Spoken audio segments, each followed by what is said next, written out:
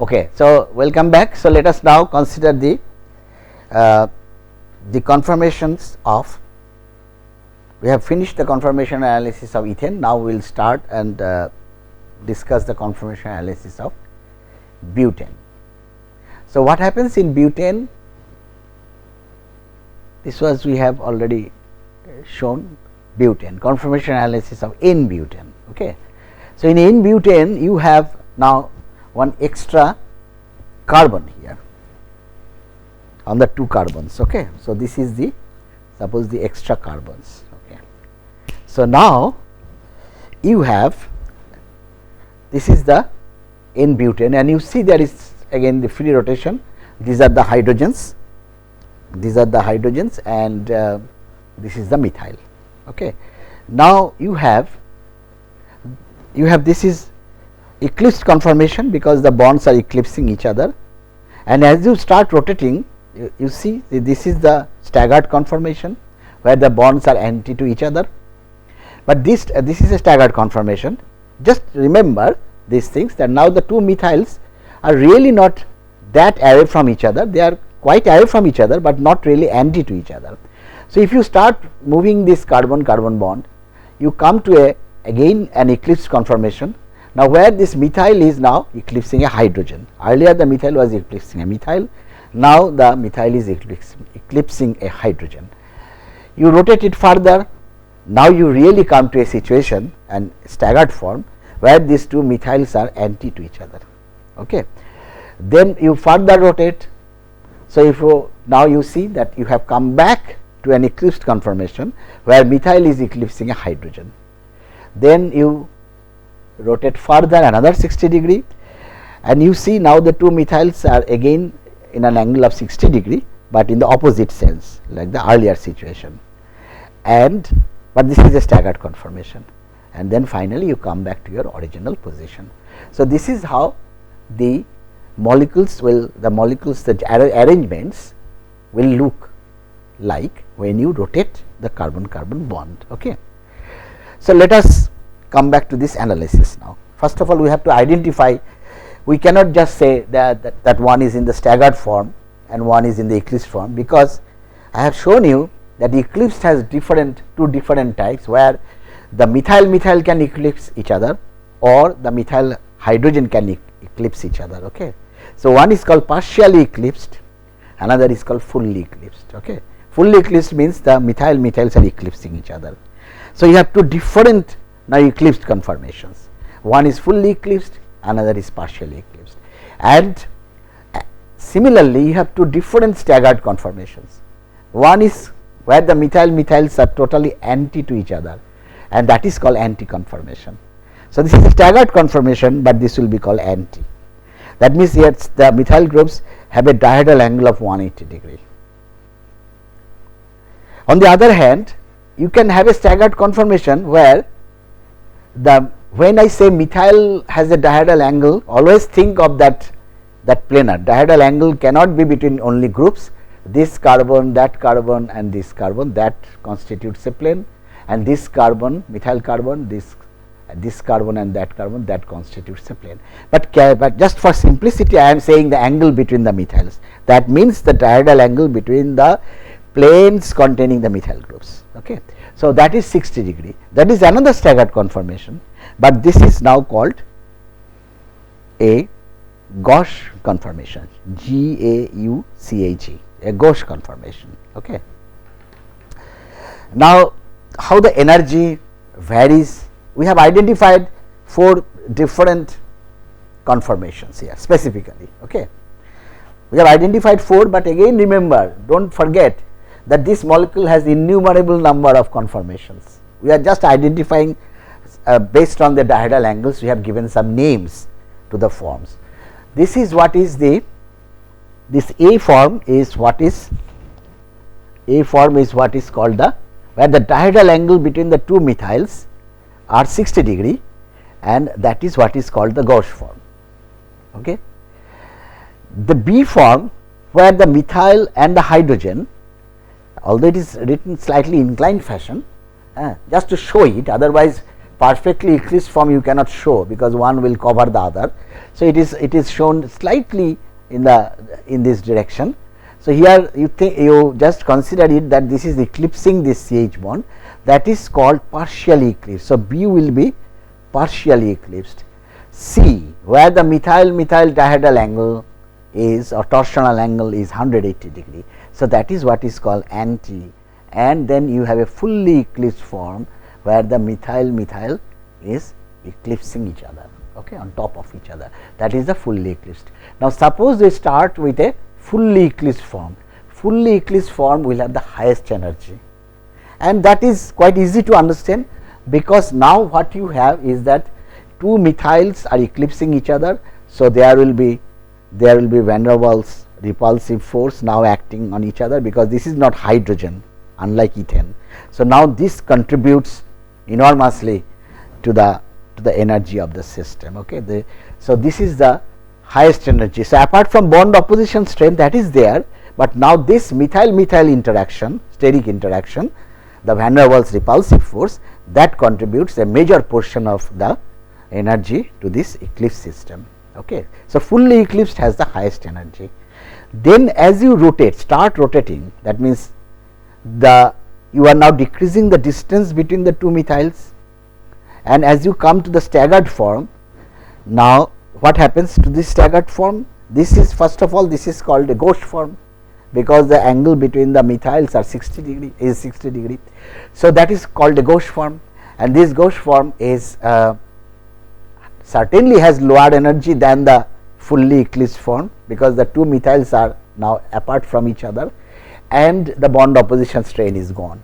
However, although they are apart from each other, but they are not that far apart that it will completely vanish or reduce the steric interaction that was happening earlier to 0. So, there is still some steric repulsion that is between these two methyls. Okay. Two methyls. The other way, the another strain, actually I should have told you that which is called this torsional strain, is another kind of strain that we also consider. Torsional strain is not there in case of staggered form. Now, what is torsional strain? Torsional strain is that suppose there is a form in the board, I can explain it.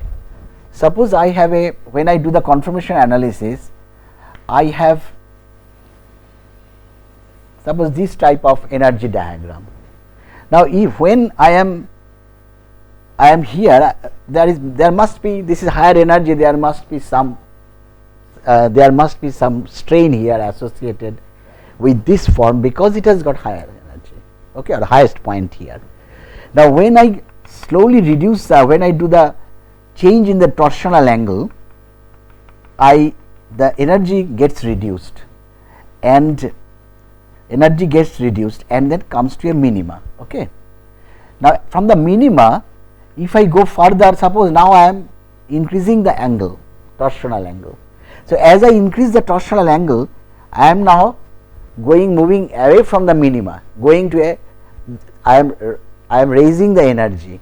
So, the molecule will have what? The molecule will have a tendency, because you are now taking the molecule away from a stable state, which is a minima, to an unstable state. So, there will be some strain that will be there in the molecule to come back to the original state. It is like if I take a spring which is lying in the ground state, if I hold one of the point and then try to twist the string, so what happens? There will be a strain that will now come into the string to go back to the original position. So, if I release it, now it will go back to the original ground state. So, this twisting, when you twist the string, so that will be called that is what is a torsional strain, but that means you are rotating the system, and what you are trying, you are deviating the system from a stable system, or bringing the system from a stable to an unstable system. And if you do that, there will be always a tendency of the molecule to go back to the original form, and that is what is called torsional strain, because here because what you are varying is the torsional angle. So, if by doing this torsional angle change, if you see that you are crossing an energy minima, then and in bringing it to an energy maxima, then there will be a torsional strain that will be associated in the molecule. Okay. So, when I am here, means when the molecule is here, it will suffer from a torsional strain, because there is a minima here. If I put a drop of water here, the water will not remain at this point, the water will slowly go down and come here. That is because the water sees that it is much more stable if it comes back here. That means as a kind of strain happening in the water droplets. So, due to that strain it comes here. So, similarly, when you bring the molecule here, there will be a tendency of the molecule to go back. So, this tendency, that strain that is happening in the molecule, that is what is called torsional strain, because it is depending on the torsional angle. So, that is called torsional strain. So, in the, again coming back to this, in this gauche form there is no torsional strain, because you have attained because of the reason that the energy goes down and attains a minimum value at 60 degree. If you cross the 60 degree, then what you are increasing, you are bringing a methyl hydrogen torsional, a methyl hydrogen steric strain, and you are bringing back the bond opposition strain, that electron repulsion. So, basically the energy goes to a minima and then again it rises and goes to the maxima. So, the torsion, there is no torsional strain here when the angle is 60 degree, but there will be torsional strain here, because it wants to go back to the staggered form, which is gauche form. As you go again further down, that means increase above 60 degree, it again wants to go back. So, there is a torsional strain which is present when you deviate from 60 degree, okay, when you deviate from the staggered form. So, torsional strain is not there. So, I hope the torsional strain concept is clear. Okay. So, there is no torsional strain in the gauche form, but what strain is present? The strain that is present is this methyl, still they are not far away, so that the van der Waals repulsive force is 0. So, there is some van der Waals repulsion is still there between this methyl and that methyl.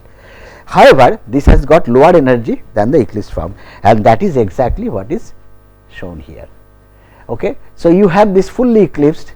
As you increase the angle to 60 degree, now your torsional strain is gone, but the van der Waals repulsion is less as compared to here, but it is still there. So, energy goes down and it reaches a kind of a minima when the dihedral angle is 60 degree, the torsional angle is 60. As you increase the angle further, you are now bringing an interaction between methyl and hydrogen, and you are bringing that bond opposition strain, that repulsive force between the electrons. So, that energy will start again going up, and it actually goes up and reaches a maxima when you have this partially eclipsed form. Okay. So, this is the partially eclipsed form that reaches a maxima. So, what happens after you reach the partially eclipsed form? You further rotate the methyl. So, you are rotating the methyl. Now, you are reducing. So, first you are reducing the methyl interaction when you go to the gauche form, and then after the beyond gauche form, you are increasing the methyl hydrogen interaction and the bond opposition strain. So, you come to the eclipsed form that has got a maximum energy, a maximum point, and then not the maximum energy, eclipsed has the maximum energy, but what I am saying, that comes to a maxima, and then again as you cross the partially eclipsed, it goes, the energy again starts going down, okay, because you are now removing the methyl hydrogen interaction and also you are reducing the bond opposition strain, and it becomes the minimum when the methyls are anti to each other. Now, there is no steric repulsion here. Okay. So, that is what is called anti, and this, if you assume that this is the 0 line, that this has got, suppose the anti form assumed to be 0, then it is not actually 0, it has got an energy, but if we say that this is 0 point energy, then this is the gauche form which has got, which is calculated to be about 0.9 kilocalorie per mole extra energy that the gauche form has. What is the reason for this 0.9 kilocalorie extra energy? That is basically the repulsion between the steric repulsion between the methyl and methyl, because they are at a diagonal angle of 60 degree. They are still quite close enough to give a repulsive force. Okay. So, it has got 0.9 kilocalorie per mole extra energy, and this interaction. Now, we have a we call this as a Gauss-Butane interaction. So, each Gauss-Butane interaction has an extra energy of 0.9 kilocalorie per mole. So, if in a molecule you see there are two Gauss-Butane interactions, then that molecule will have an extra energy of 2 into 0.9, that means 1.8 kilocalorie per mole extra energy over the molecule which you are comparing, where there is no such Gauss-Butane interaction. Okay.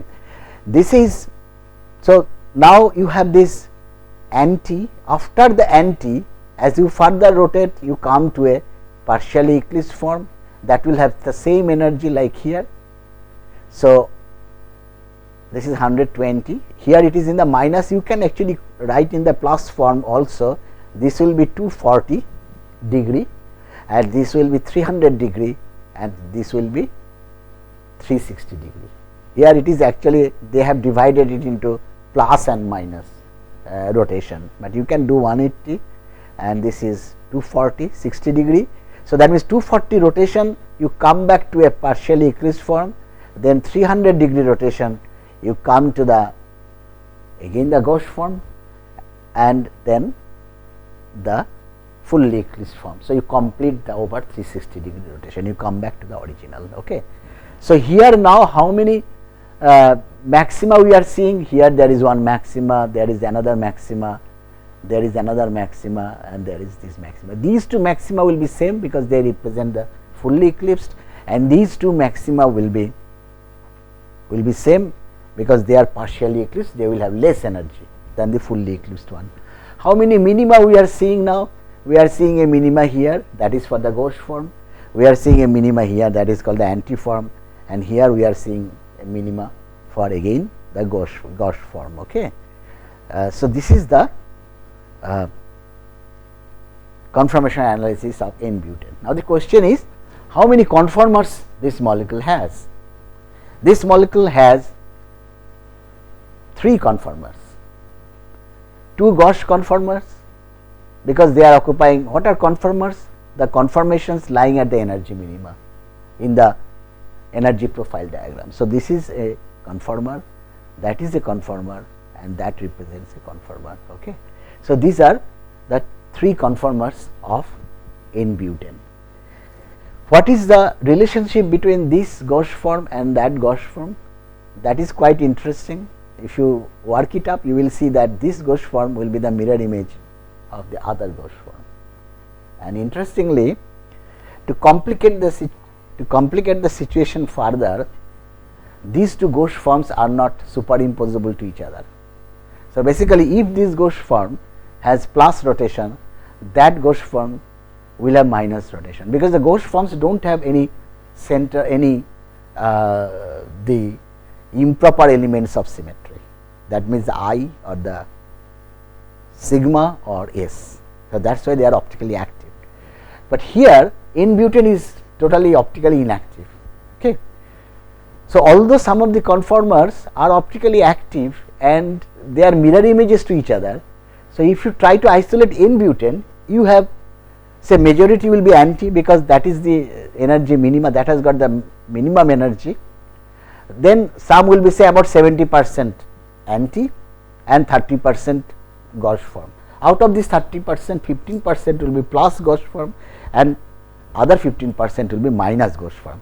The interesting here is that you cannot isolate, like the nitrogen scenario, you cannot isolate these Gauss forms because they are interconvertible by rotation.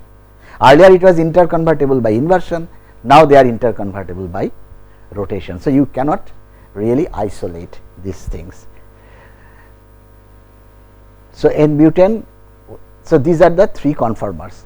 Now, one can ask one very valid question is that you are saying that 70% is about anti and 30% is about Gauss. I just roughly say that 70-30, suppose 70-30. Now, one can ask that a point here, suppose I take a point here which is lower than the the point which is represented by the gauche form.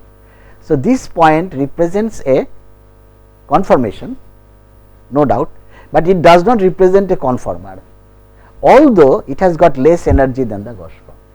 So, if student can ask that you are considering this as a conformer, but you are not considering a form which has got lower energy than the gauche form as a conformer, because by definition conformers are the one which are lying at the energy minima. So, even if something has energy minima, energy lower than the gauche form, that is not a conformer. Okay. So, this thing has to be clear, and the best way to understand this is that why these are the only the conformers and why these are the only ones which are present in the system and not the other ones, in spite of having lower energy than the gauche form, is by saying that suppose these are nothing but hills and you have clouds here, suppose they are dark clouds, and if there is rain, where will the raindrops collect? The raindrops will collect only at here minima, here and there. The raindrops will never collect here because it will slip down and go to the anti. So, that is actually the scenario of the basically the molecules. It is true for molecules, it is true for human beings also. If I am tired and if I see that there is a chair and a bed, I will definitely go to the bed and not I will sit on the chair because I am tired.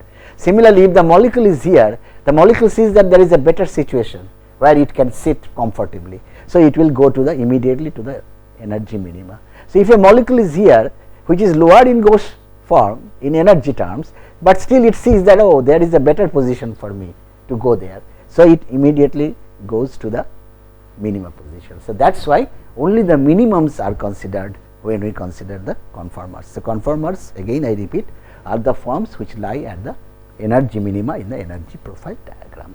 Okay. Remember again this gauche, what is gauche butane interactions? When the two methyls are at an angle of 60 degree, at a diagonal angle or torsional angle of 60 degree, that is called gauche butane interactions, and that energy you should remember that is about 0.9 kilocalorie per mole. Okay.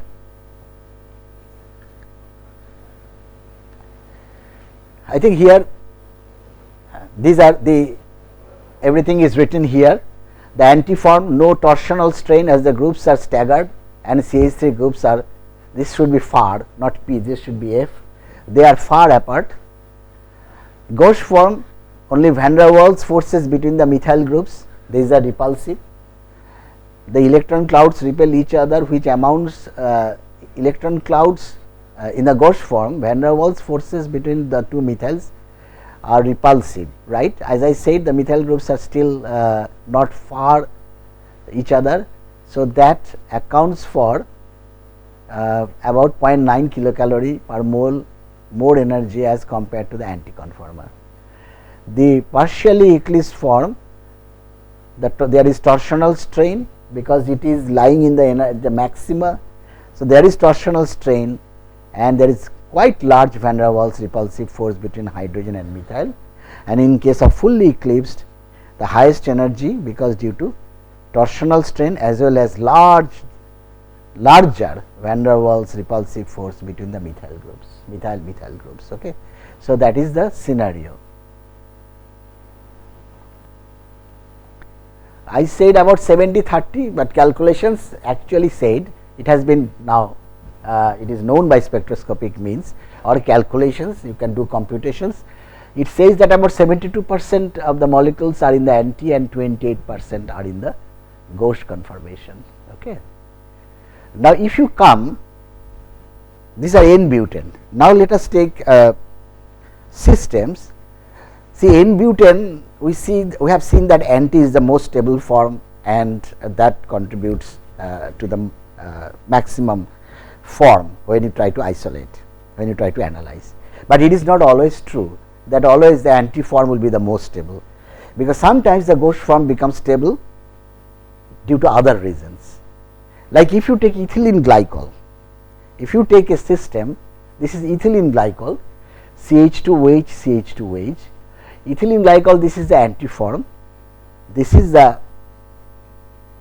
gauche form, because the OH like the methyl. So, this is the OH and this is the other gauche form.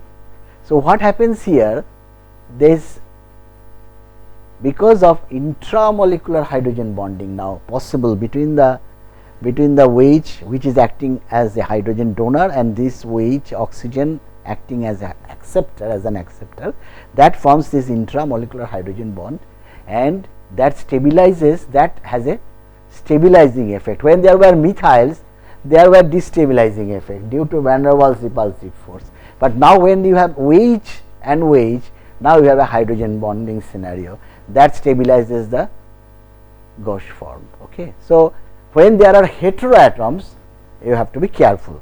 If there is a possibility of hydrogen bond, then this then the gauche form becomes more stable than the antiform. It is not only in diols. If you have one OH and another X which can form a hydrogen bond, then that is applicable. So, X could be any of the heteroatom containing systems like OH, NH2, fluorine, chlorine, bromine, methoxy, then aminomethyl, dimethylamino groups, etc. Okay. So, which can form hydrogen bond. So, it is not always true that the gauche form is the less stable than the anti, where there is formation of hydrogen bond possible, and that is only possible in the gauche form. Antiform, only intermolecular hydrogen bond is possible, but we know intramolecular hydrogen bond is much more stable. So, that stabilizes the gauche form and the gauche form becomes the more stable one in that case. Okay. I think that is the what we had to say about this heteroatom, and we have seen the conformation analysis of N-butane. Next we will go to the other systems where dipole repulsion takes place. See, there are many scenarios when there are groups which are sterically bigger, they have bigger size, bigger in size, there is no question of charge separation or anything, then steric strain will make the gauche form less stable than the antiform. When there is formation of hydrogen bond, possibility of formation of hydrogen bond, then gauche form becomes more stable than the anti. The another case that can come, that the repulsive force can come due to dipole repulsion. That means, this has the negative charge and this has got partially negative charge, and then they repel each other. So, all these things can happen, and we will discuss in the next lecture. We will discuss the cases where dipole repulsion takes place. Thank you.